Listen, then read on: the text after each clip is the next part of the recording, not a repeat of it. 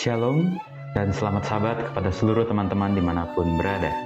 Kembali lagi bersama dengan saya, Ariel Kurnedi, dan pada hari Sabat ini kita akan kembali untuk mempelajari pelajaran firman Tuhan melalui sekolah sahabat di kelas Cornerstone. Dan hari ini kita mempelajari pelajaran yang kedua dengan judul Roh Kudus, adakah yang menerimanya? Ayat intinya diambil dari dalam kitab Kisah Para Rasul pasalnya yang kedua, ayat 2 hingga ayat yang keempat. Demikian firman Tuhan. Tiba-tiba turunlah dari langit suatu bunyi seperti tiupan angin keras yang memenuhi seluruh rumah di mana mereka duduk. Dan tampaklah kepada mereka lidah-lidah seperti nyala api yang bertebaran dan hinggap pada mereka masing-masing. Maka penuhlah mereka dengan Roh Kudus, lalu mereka mulai berkata-kata dalam bahasa-bahasa lain, seperti yang diberikan oleh Roh itu kepada mereka untuk mengatakannya.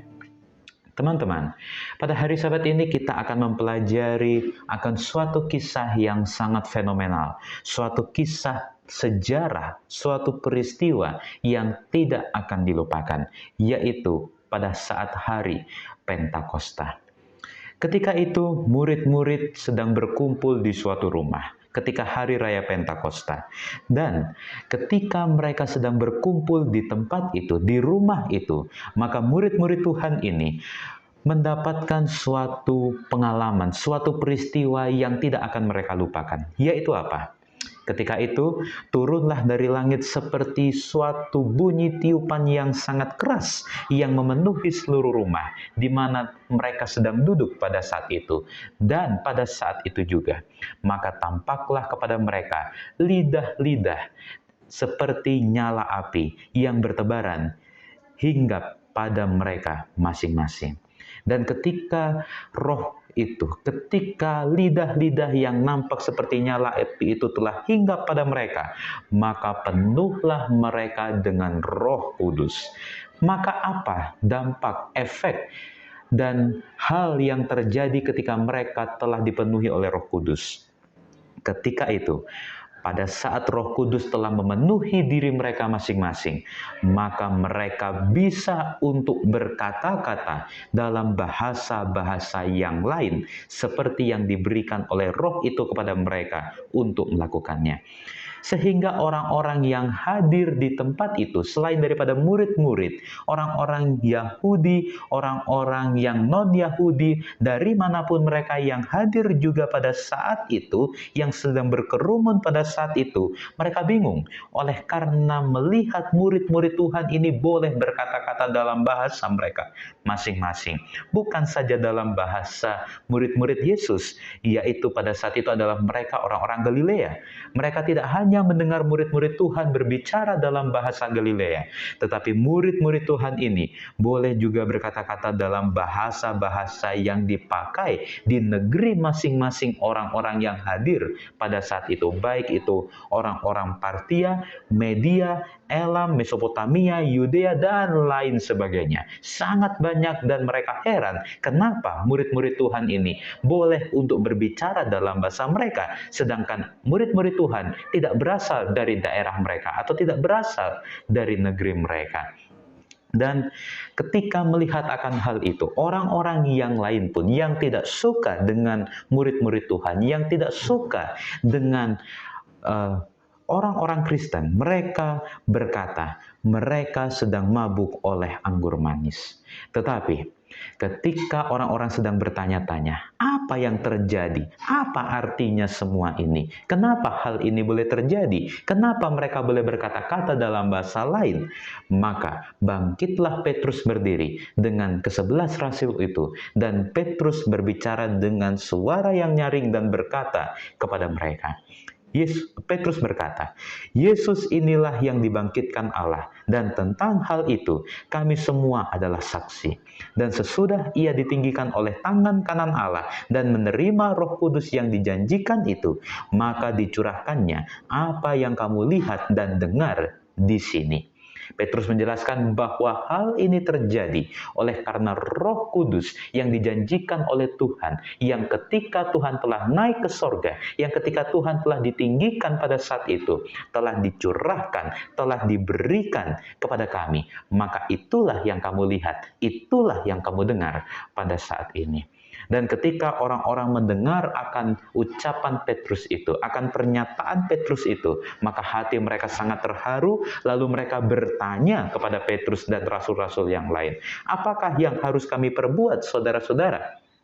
Maka Petrus menjawab kepada mereka, bertobatlah dan hendaklah kamu masing-masing memberi dirimu dibaptis dalam nama Yesus Kristus untuk pengampunan dosamu. Maka kamu akan menerima karunia Roh Kudus. Sebab bagi kamulah janji itu, dan bagi anak-anakmu, dan bagi orang yang masih jauh, yaitu sebanyak yang akan dipanggil oleh Tuhan Allah kita.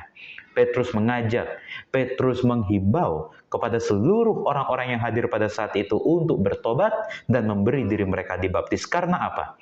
Karena kamu telah menerima Roh Kudus, dan janji itu, janji bahwa Roh Kudus akan dicurahkan itu adalah diberikan kepada kita semua sebagai umat-umat Tuhan sebanyak yang akan dipanggil oleh Tuhan Allah kita. Dan kita tahu kelanjutan kisahnya bahwa pada saat itu akhirnya Petrus boleh untuk membaptis banyak orang yang hadir di tempat itu, yang melihat dan merasakan akan kuasa Tuhan itu. Nah teman-teman, apa kesimpulan, apa pelajaran yang bisa diambil daripada pelajaran sekolah sahabat kita di hari Sabat ini? Judulnya adalah Roh Kudus. Adakah yang menerimanya? Kita sebagai anak-anak Tuhan, sebagai umat-umat Tuhan, kita sangat rindu, kita sangat menginginkan untuk Roh Kudus itu hadir di dalam diri kita masing-masing. Pena Inspirasi dalam buku Alfa dan Omega jilid 7 halaman 43 mengatakan, bukanlah bukti yang meyakinkan bahwa seorang manusia adalah seorang Kristen, sebab ia menyatakan kegembiraan rohani di bawah keadaan yang luar biasa.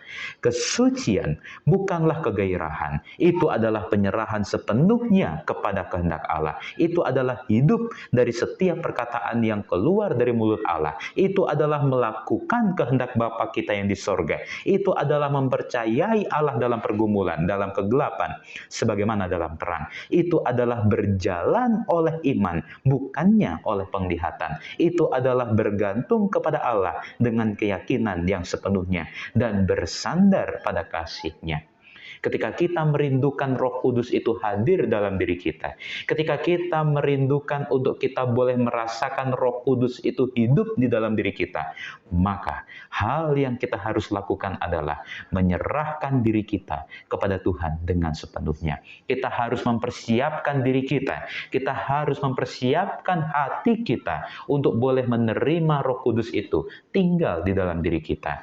Ketika kita telah menyiapkan hati, ketika kita telah berhasil untuk menyiapkan pikiran, hati, dan diri kita sepenuhnya, maka Roh Kudus itu akan hinggap, akan tinggal di dalam diri kita. Dan ketika Roh Kudus itu telah tinggal di dalam diri kita, ketika kita telah menerima kuasa Roh Kudus itu, maka seperti yang dilakukan oleh murid-murid, maka kita pun akan dapat melakukan hal-hal yang besar, hal-hal yang berkuasa dengan pertolongan Roh Kudus. Roh Kudus akan memampukan kita, akan menyanggupkan kita untuk boleh melakukan perbuatan-perbuatan yang ajaib untuk kebesaran dan kemuliaan nama Tuhan.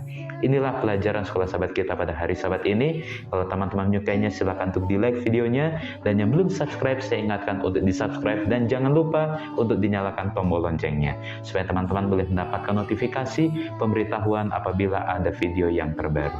Sampai jumpa di pelajaran yang selanjutnya. Tuhan memberkati.